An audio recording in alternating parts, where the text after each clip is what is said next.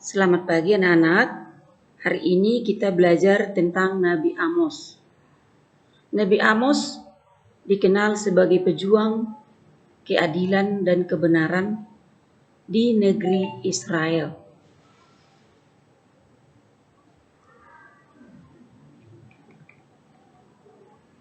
Nabi Amos diutus Tuhan dengan tugas dan tanggung jawab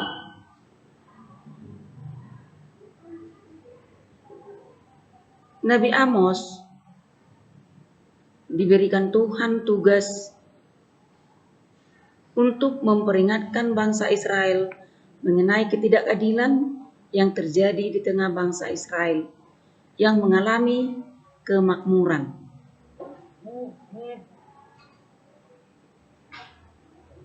Adapun kesalahan-kesalahan yang dilakukan oleh para penguasa di Israel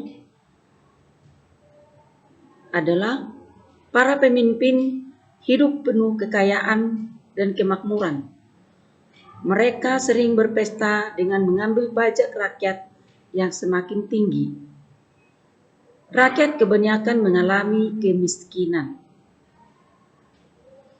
Perayaan keagamaan yang meriah dijadikan dalih untuk memungut upeti dari rakyat.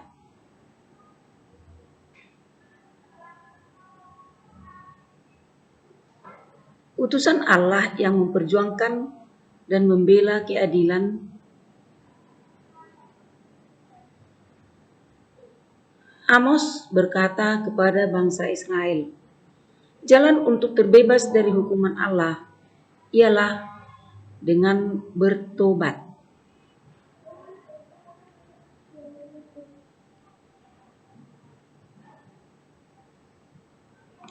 Para penguasa harus membenci yang jahat,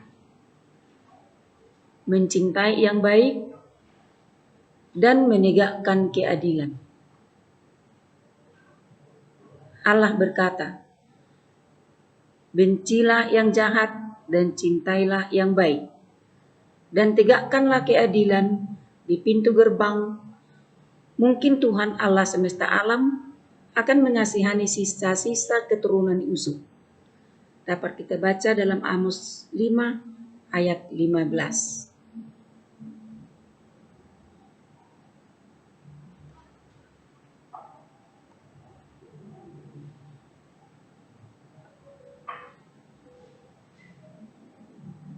Nah, sekarang kita buka Amos 5 ayat 1 sampai ayat 15.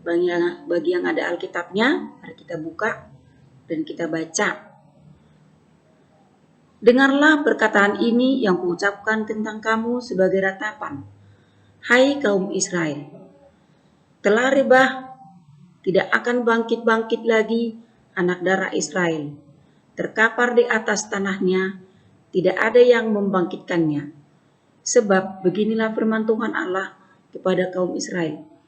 Kota yang maju berperang dengan 1.000 orang, daripadanya akan tersisa 100 orang. Dan yang maju berperang dengan 100 orang, daripadanya akan tersisa 10 orang.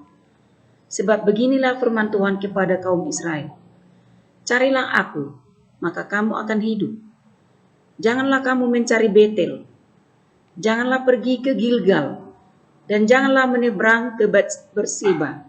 Sebab Gilgal pasti masuk ke dalam pembuangan dan Betel akan lenyap.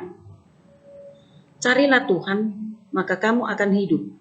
Supaya jangan ia memasuki keturunan Yusuf bagaikan api, yang memakannya habis dengan tidak ada yang memadamkan bagi Betel. Hai kamu yang mengubah keadilan menjadi ipuh dan yang mengempaskan kebenaran ke tanah. Dialah yang telah membuat bintang Kartika dan bintang belantik, yang mengubah kekelaman menjadi pagi dan yang membuat siang gelap seperti malam. Dia yang memanggil air laut dan mencurahkannya ke atas permukaan bumi. Tuhan itulah namanya. Dia yang menimpakan kebinasaan atas yang kuat sehingga kebinasaan datang atas tempat yang berkubu. Mereka benci kepada yang memberi teguran di pintu gerbang, dan mereka keji kepada yang berkata dengan tulus ikhlas. Sebab itu, karena kamu menginjak-injak orang yang lemah dan mengambil pajak gandum daripadanya, sekalipun kamu telah mendirikan rumah-rumah dari batu pahat, kamu tidak akan mendiaminya. Sekalipun kamu telah membuat kebun anggur yang indah, kamu tidak akan minum anggurnya. Sebab aku tahu bahwa perbuatanmu yang jahat banyak dan dosamu berjumlah besar. Hai kamu yang menjadikan orang benar terjepit, yang menerima uang suap, dan yang mengesampingkan orang miskin di pintu gerbang. Sebab itu orang yang berakal budi akan berdiam diri pada waktu itu, karena waktu itu adalah waktu yang jahat. Carilah yang baik dan jangan yang jahat, supaya kamu hidup dengan demikian. Tuhan, Allah semesta alam, akan menyertai kamu seperti yang kamu katakan.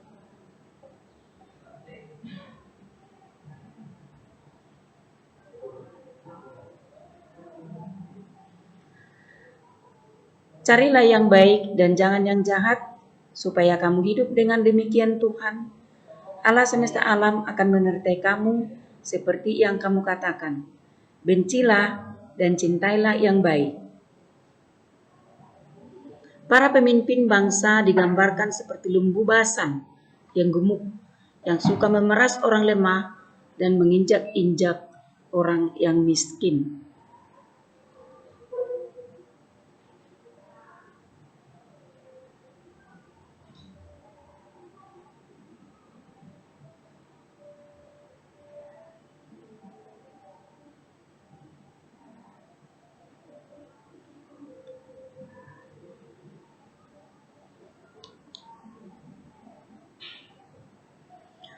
Para pemimpin memberikan persembahan dan kurban yang dipungut dari rakyat untuk kepentingan diri sendiri. Para pemimpin sering melakukan kejahatan, rakyat mengalami kemiskinan karena diperas, diinjak-injak para pemimpin bangsanya. Mereka dikelabui para pemimpinnya dengan perayaan keagamaan. Tuhan tidak tega melihat rakyat banyak diperas dan diinjak-injak. Tuhan akan mengangkat para lalim itu seperti kail ikan, sehingga yang tersisa tinggal sedikit. Bangsa Israel mencari Tuhan agar tetap hidup, serta para pemimpin agar berbuat adil. Para pemimpin, masyarakat, serta umat Kristiani harus memperhatikan kaum lemah dan miskin, tidak memeras dan tidak menginjak-injak. Umat Kristiani diharapkan tetap mencari Tuhan sehingga tetap hidup. Yang dimaksud mencari Tuhan yaitu mencintai dan membantu orang-orang lemah dan miskin sehingga di dalam masyarakat terdapat keadilan.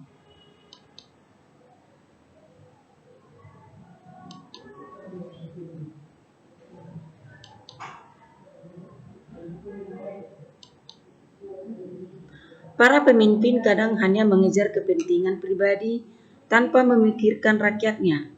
Mereka sangat kaya, sedangkan rakyat miskin. Jika hal ini terjadi, baik pemimpin maupun masyarakat perlu rela berbagi.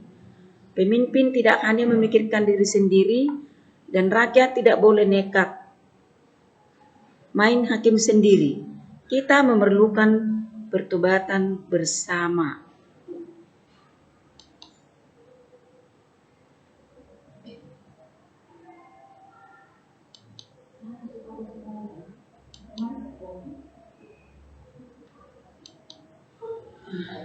Nah, demikianlah nak pelajaran tentang Nabi Amos.